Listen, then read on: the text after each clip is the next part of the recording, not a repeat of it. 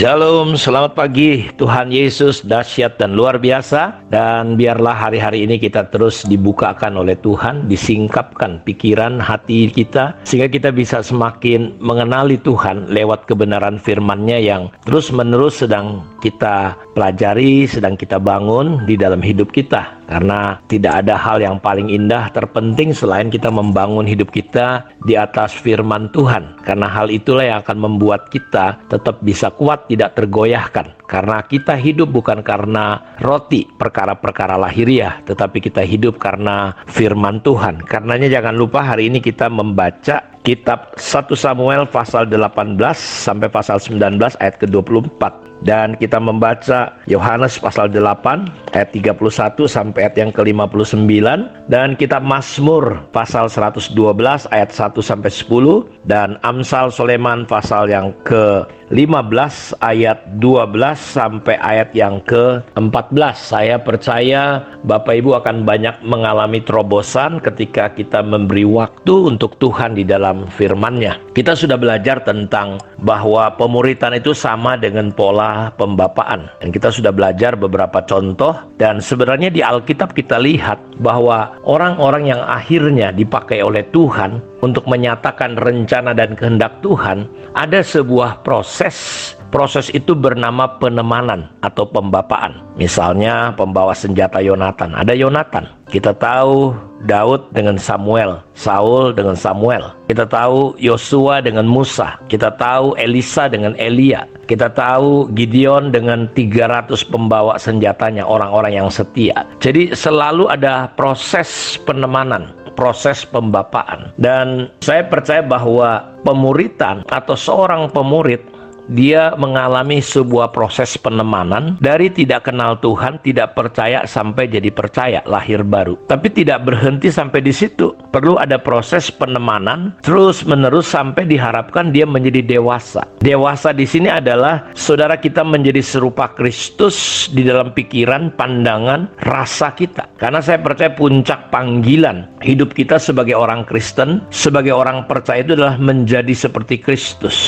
Puncak panggilan kita bukan jadi seorang pendeta, bukan jadi panitia Natal, bukan jadi panitia KKR, bukan hanya sekedar jadi penatua, diaken, pengerja gereja, atau kita menjadi pengurus pendeta-pendeta terkenal. Tetapi panggilan tertinggi hidup kita, karena itu dalam proses pemuritan, di sini penting sekali untuk kita ditemanin sampai kepada puncak panggilan hidup kita. Dalam 1 Yohanes 2:6 dikatakan begini, barang siapa mengatakan bahwa ia ada di dalam dia, ia wajib hidup sama seperti Kristus telah hidup. Dia wajib hidup sama seperti Kristus telah hidup. Karena itu pemuritan itu bukan hanya menolong saudara tahu, tapi menolong saudara untuk saudara sampai pada memahami kebenaran yang sebenarnya. Seperti yang dikatakan Yesus, kamu adalah benar-benar muridku jikalau firmanku, kamu tetap tinggal dalam firmanku. Kamu akan tahu kebenaran, dan kebenaran itu akan memerdekakan kamu. Karena itu kita belajar hari ini mengapa ya firman Tuhan yang kita dengar itu tidak mengubah hidup kita. Seringkali kita udah bertahun-tahun,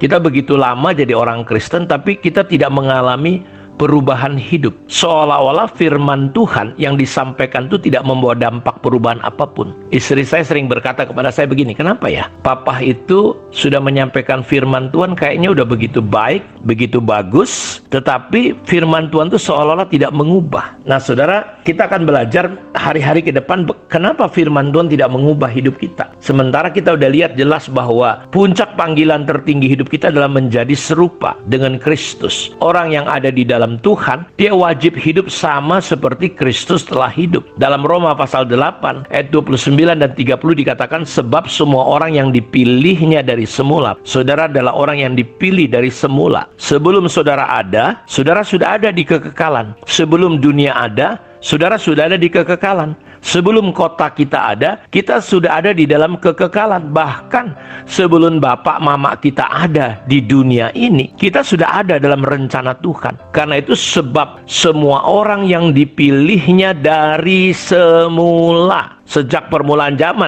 mereka ditentukannya dari semula. Jadi Tuhan sudah menetapkan, memilih dari semula untuk ngapain? Menjadi serupa dengan gambaran anaknya. supaya anaknya itu menjadi yang sulung di antara banyak saudara. Pertanyaannya, apa sih yang menjadi gairah atau tujuan akhir hidup kerohanian kita? Apakah supaya terkenal? Supaya kita kan melihat kadang-kala aneh hari-hari ini di sosial media, pendeta dengan pendeta saling menjatuhkan hanya gara-gara seolah-olah kita berhak menghakimi, menilai orang. Ada yang ngaku nabi, ada yang ngaku ini, ada yang ngaku ini. Dan kasihan sekali, itu membingungkan banyak orang-orang yang baru percaya sama Tuhan. Kalau nggak dewasa, imannya jadi hancur, tersandung. Kita menjadi batu sandungan dengan alasan apapun membenarkan diri. Saudara Paulus berkata, aku makan daging itu nggak ada masalah. Tapi kalau aku makan daging ini jadi masalah, aku lebih bagus tidak makan daging itu. Walaupun makan daging itu nggak ada masalah. Seolah-olah sekarang kita sedang hidup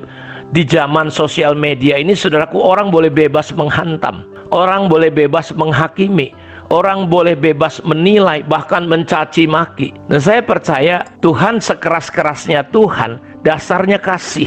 Jangan gara-gara akhirnya orang jadi tersandung, kita pikir kita benar, nggak taunya kita udah nggak benar. Dan ini yang terjadi dalam kehidupan gereja-gereja hari ini, menghakimi, menilai orang. Padahal dari semula kita ditentukan menjadi serupa dengan gambaran anaknya. Ditentukan. Sasarannya apa? Menjadi serupa. Pemuritan, pembapaan, ujung gol akhirnya adalah orang-orang ini menjadi dewasa. Yang saya sebut dewasa bukan ahli pelayanan, bukan khotbah. Yang saya sebut dewasa adalah dia hidup sama seperti Kristus. Perasaannya, pikirannya, cara ngomongnya. Pertanyaannya, saudara makin berubah nggak cara ngomong saudara? Cara saudara menghadapi masalah makin berubah nggak? Makin dewasa nggak? Atau saudara tetap kekanak-kanakan, cuma saudara tahu saja otak kita diisi penuh dengan pengetahuan, tapi intinya kita belum mengalami perubahan, walaupun kita dengar firman Tuhan. Jadi apa sih yang menjadi gairah, tujuan akhir hidup kerohanian kita? Bukan kebaktian, bukan pelayanan. Apa yang menjadi sasaran doa untuk akhir hidup kita? Apa sih yang saudara doakan? Oh Tuhan, pakai saya. Saudara nggak perlu berdoa, engkau berubah seperti Kristus. Saudara dipakai Tuhan dengan dahsyat. Banyak orang berdoa tapi wadahnya nggak bener. Sama seperti kalau ada roti yang mahal, ditaruh di pispot, roti itu jadi nggak ada nilainya. Karena itu bangunlah iman kita di atas dasar iman yang paling kudus. Bangun diri kita, bukan hanya bangun pelayanan. Banyak orang bangun pelayanan saling melukai, saling menghantam, nggak ada sama sekali perubahannya. Kemana arah kemampuan kita, kekuatan kita, tenaga kita, potensi hidup kita? Kemana arahnya? Pelayanan kita apakah mengarahkan kita menjadi serupa seperti Kristus, dewasa, atau Anda punya tujuan-tujuan yang lain? Paulus berkata, aku nggak punya agenda yang tersembunyi. Aku nggak punya arah yang lain selain membawa orang. Ini yang kuusahakan, ini yang kupergumulkan. Karena itu penting sekali kita mengerti arah, mengerti tujuan Tuhan dalam hidup kita, rencana Tuhan dalam hidup kita. Ini menjadi penting. Kehidupan tanpa arah, kehidupan tanpa tujuan, ini yang membuat hidup kita berputar-putar, akan menambah kebingungan. Kita jadi bingung, kok saya udah lama, saya udah melayani Tuhan, kok kayak saya seperti ini terus. Karena itu kita ingin mendalami proses pola pemuritan, pola pembapaan. Ini adalah proses penemanan untuk mengarahkan kita sampai pada goalnya, ujungnya benar, serupa Kristus.